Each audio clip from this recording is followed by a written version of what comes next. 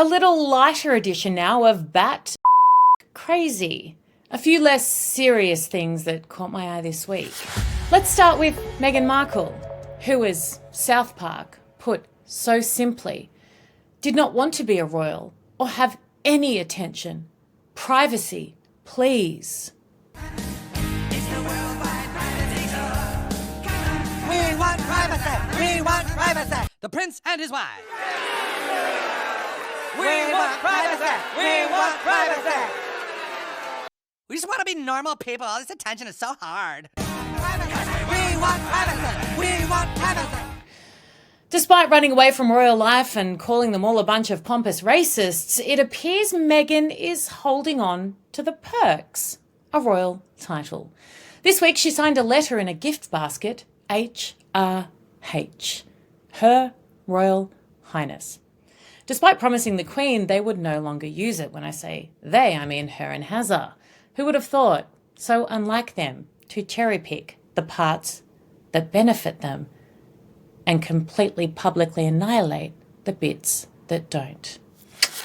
Beyoncé, fresh off attempting to persuade the American public to back Kamala, for money of course, has released an alcohol brand to I can't show you all of this because it's very inappropriate at parts, but to rave reviews. Look. I'll hype this up because this Beyonce liquor. This Sir Davis liquor is not worth $90. Actually, it felt like 6 two cousins jumped on you whenever you took a shot of this. That's what you should name it. 6 and 2 cousins. Honey, I felt like one shot was swallowing McDonald's Sprite. And you see how your eyes water with that? That's exactly what this is. This is transmission fluid. Yeah, I didn't like this at all. I'm talking about this horse on the front of it. I poured it for all my friends. Honey, we was in here galloping just like a horse. Actually, I think it turned us into a sea donkey. That's exactly how it made us feel. We took a shot of this on Friday. I wanted to be baptized today. I wanted a whole new body because it still burns, okay? I don't know what this is. What is this? Like, this need to be on the crackhead liquor aisle. Because I don't even think a crackhead uncle would drink this. I don't think so. Yeah, no, this was harsh. Like, I wanted to cry. This burned so bad. I thought we was drinking Everclear. Like, don't hype nothing else up, y'all. Quit lying just because of the person. No, it's okay. But name this King Charles, or Henry III, or Uncle Elroy, but definitely not no Sir Davis. It do not make you feel like a black stallion. Man, what? Now, I'm mad that I literally spent $90 on this. This is definitely worth $20 at ABC. Okay, put that over there in the cheap liquor aisle. Because this right here, that wasn't nothing. It didn't go down smooth at all. Actually, I wanted to throw up. This instantly made my spit thick as hell. Get it off the shelf.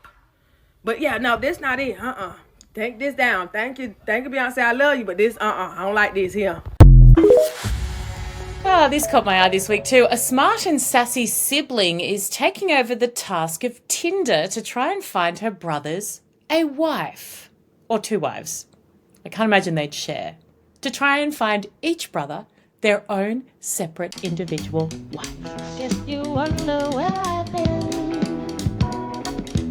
I said goodbye to love again. Now, you don't need to have 20/20 vision to see that they are, well, incredibly attractive. They're hot. They are hot men. And as she points out, 6'3", not that looks or height matter, but I'll tell you what does matter to some. The moment some of the delicate petals in a frenzy over man meat that might be available, the moment they realise that these guys support old mate Trump, oh my lord. Almost more entertaining than the video itself. LaKay announces in the comment section, "Abort mission, ladies. They support he who must not be named." Now, immediately, I honestly assumed Voldemort from Harry Potter. That's how they refer to him. You know, evil personified. But as I look closer, because I was thinking they're a little bit old for, adoration of Harry Potter and characters. But it was Donald. It was Donald Trump.